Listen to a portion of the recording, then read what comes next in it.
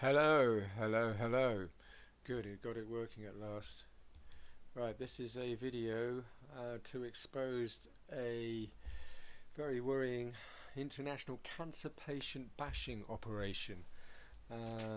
What can only be described perhaps as one of the worst documented cases ever recorded of disableist bullying. And I say one of the worst ever recorded quite simply because it's very rare that people or disabled people should be able to carefully compile evidence of the abuse that they're suffering as it's happening, especially in cases of abuse such as this one. Quite simply, once a disabled person is subjected, of course, to enough intense, fierce abuse, then they are too damaged and too out of the game, so to speak, to literally be able to speak or be taken seriously or compile evidence for that matter. So this is extraordinary in that respect that I can't think of another case that comes close to this, or somebody that has collected evidence that spans a period of 25 years. And I'm of course referring to this green line here. This is referring to the terror campaign and physical assaults that I've endured since 2003 at the hands of a very well organised gang of bullies, disableist bullies, I think is the correct term. Now, yes, 25 years on a daily basis, day to day, hour to hour, systematic abuse, very intense, and only appears to have intensified actually as time has gone on, as we can see here in 2014, this ramping up of the terrorism to include an escalation of threats and intensive suicide incitement. So yes, all the signs are there that this is have been a very full-on, extensive campaign that's lasted the best part of a quarter of a century. And the reason I'm making this video is there have been recent developments over the last few days that have further served to blow this thing wide open and give me more reason to make a video and expose the truth about what is happening here. Now, just to go back to this picture and have a closer look at who's been involved. This is around 2003. It started with these two. This is Anita Fairvang, the mother of my son, and her new boyfriend at the time in 2003, Dan Marshall. And this is his close relative here, Auntie Jill, who behaves as some kind of go-between for the children and information, etc. So yes, I mean, very aware she's also been a support for this mental patient here, Dan Marshall, who tried to attack me with a brick. This is in 2003, and split my head open when I went to see my son. Or at least request to spend a couple of minutes with him, which clearly appeared to get this whole operation going. Literally from that attack, we can see, if we just go quickly back to this, this is the 2003 brick attack. Literally that was the trigger and the precursor to the next 25 years, 17 years, I'm sorry, 17 years, let's get that right, I'm sorry, yeah, 17 years, it's 25 years of cancer I've suffered and 17 years of this systematic abuse. Now,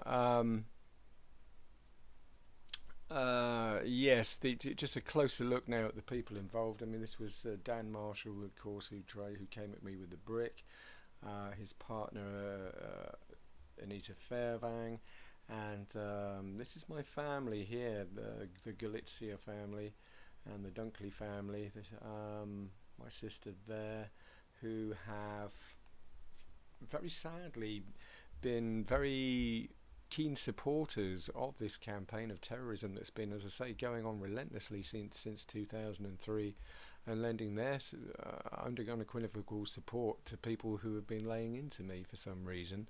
Now, it's a bit hard to tell what's going on with these guys, whether my dad is intimidating the rest of my family, forcing them to intimidate me, or whether they have made up their own mind to just cut me off and threaten me like that, try and force me to take my own life in this disgusting circumstances.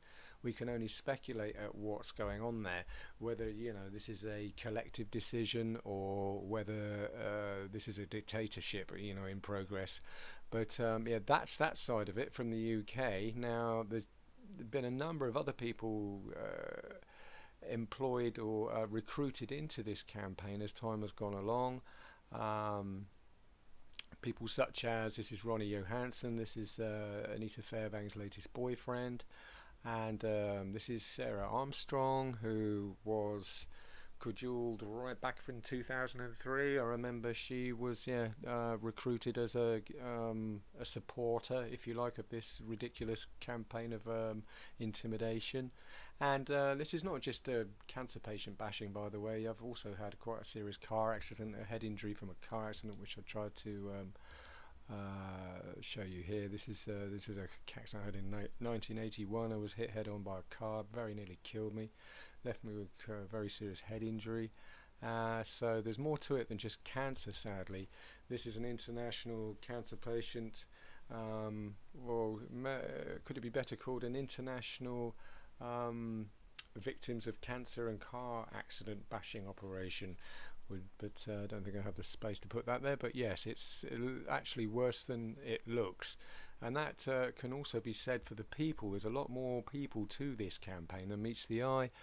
This is literally the tip of the iceberg. We've got cancer charities in the mix here. We've got the police have also been siding with a lot of these bullies in the past. Have dozens of more people. There's more members of my family involved in this, which I haven't included.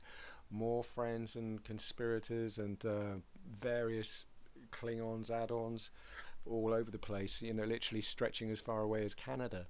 It's also not included in the map here, so this literally spans the whole globe, and it's no underestimate at all to call it an international patient bashing operation, because that's, as I say, exactly by definition what it is. As I say, these members from Norway here, these guys from England, I believe there's people being threatened in Malta down here, and I also have family, as I say, in Canada. So this is a very far-reaching campaign of intimidation, which, as I say, I think is pretty much unmatched by any other story I've ever heard. So yeah, this is in a league of its own, ladies and gentlemen, at the moment, as one of the leading contenders for one of the worst stories ever recorded in UK, certainly UK medical history and UK criminal history, which is, I find, quite astonishing, and of course, all the more amazing that I've managed to survive it, which is the point here. Now, what I'm getting to here is, as I said a moment ago, is an altercation actually that happened between me and this lady, who just happens to be my neighbour at the moment. This is Sara Armstrong, who has been living opposite me for the past 11 years and has not said a single word to me that whole entire time, which is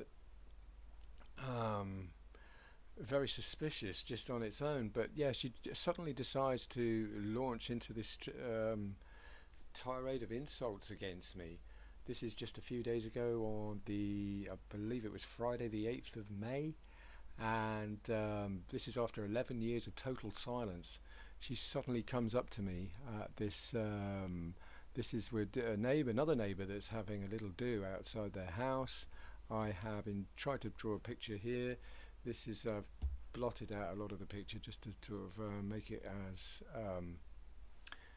unidentifiable, with the actual street and location, etc. But this is me sitting here in my chair. I'll get invited into this little party that's happening next door. I just live up the street here, and Sarah is here. This is her children sitting here. There's a couple of other people and another neighbour sitting around. I won't say who they are. But I'm there for about 10-15 minutes. Sarah says absolutely nothing. Then she gets up to leave, and just before she leaves, she comes over to me and spits out this insult. She just goes, looks quite nervous and anxious, and then suddenly looks at me and says, stammers, this sort of, said, You're a scumbag, Chris.